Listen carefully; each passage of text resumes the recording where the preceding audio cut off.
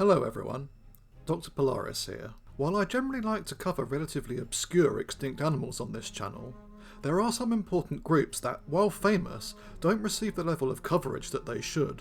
This often results from the animals in question being passed over because people view them as boring, with herbivores tending to fall into this trap. The bovids that we examined in the previous episodes are a good example of this, as are the subject of today's video, the Hadrosauroids. While these so-called duck-billed dinosaurs are pretty recognisable to anyone with even a passing knowledge of paleontology, they don't receive the attention that they truly deserve in my opinion. While most well known for their often large late Cretaceous representatives, Hadrosauroids first diverged from their closest relatives, which include famous animals such as Iguanodon, during the Barremian stage of the lower Cretaceous roughly 126 million years ago. This was a time of great diversification for the ornithopods as a whole, which had previously been relatively small and marginal animals during the Jurassic.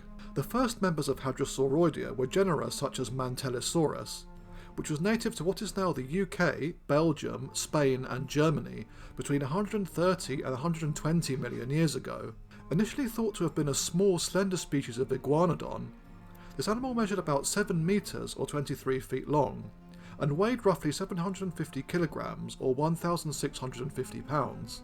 Known from multiple almost complete specimens, Mantellisaurus would have quite closely resembled its more basal relative Iguanodon, albeit significantly smaller and was more of an obligate biped due to the comparative shortness of its forelimbs. The genus would have been a browsing herbivore that shredded vegetation with its numerous small file-like teeth.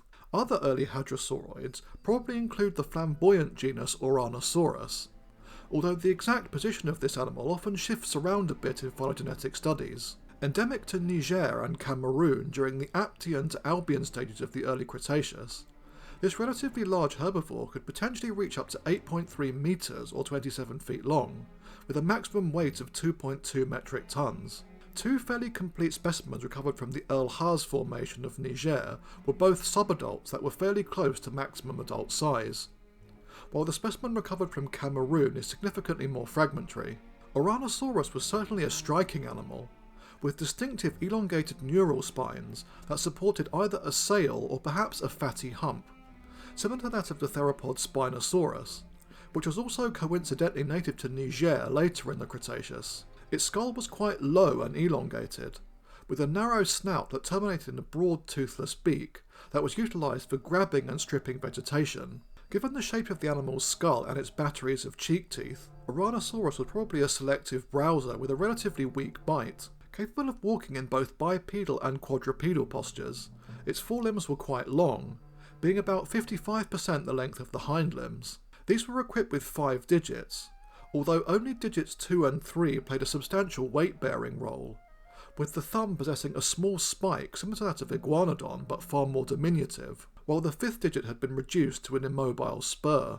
These represent the beginnings of the later hadrosaur front foot structure. Most of the other early hadrosauroids seem to have been native to East Asia, including animals such as Equidubus from the Albion of northwestern China.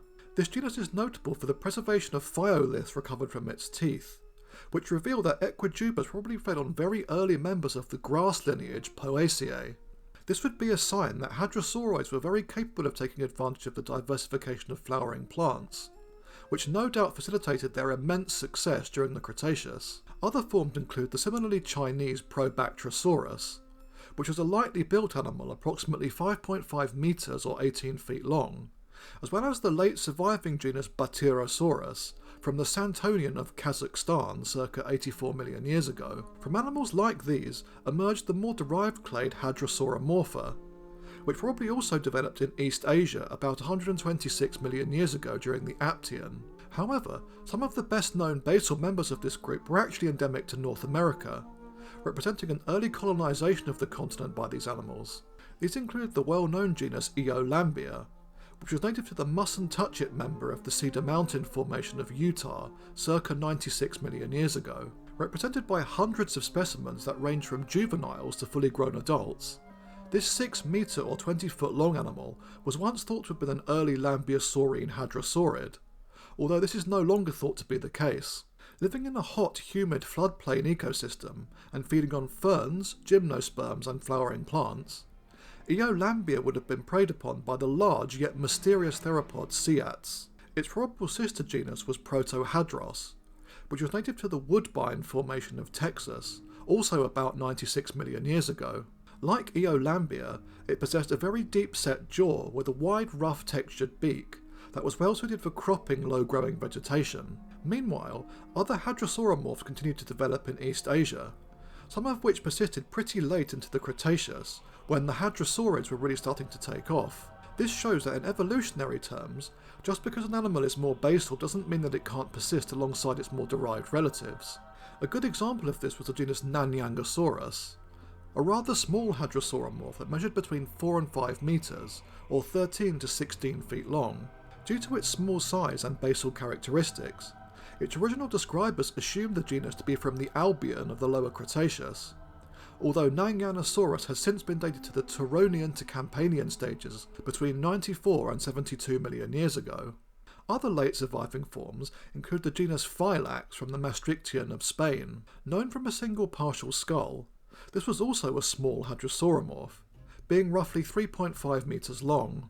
Like the more derived hadrosaurids, its jaws and teeth were well suited for chewing tough vegetation, with its diminutive size stemming from its insular ecosystem. Indeed, Europe during the Cretaceous represented an archipelago of sometimes relatively isolated islands that harboured their own endemic animal populations. Perhaps the most famous of these were the inhabitants of Hatzeg Island in what is now Romania. During the Maastrichtian, this region was home to a bizarre array of species, including the massive predatory Azhdarchid Hatzegopteryx, the tiny horse-sized titanosaur Magarosaurus, as well as the modest hadrosauromorph Telmatosaurus. First named by Franz Nopcsa all the way back in 1899, this insular genus was about 5 metres or 16 feet long and weighed just 600 kilograms or 1,600 pounds, about the size of a domestic cow. As adults they would have had relatively few predators aside from Hatzegopteryx, although hatchlings and young juveniles would definitely have been vulnerable to predation by the several other species of Azhdarchids that prowled around the island. It was a close relative of the recently described Cryptohadros, a slightly older animal that was also endemic to the Hatzeg Basin circa 72 million years ago. In the paper describing this genus, it was found that both Telmatosaurus and Cryptohadros grouped together with the well-known Italian genus Tethys hadros, forming the family Telmatosauridae, represented by 2 near-complete specimens found in Trieste, which were later nicknamed Bruno and Antonio respectively. Tethys hadros is one of the best preserved of all European Mesozoic dinosaurs, alongside Iguanodon and Archaeopteryx.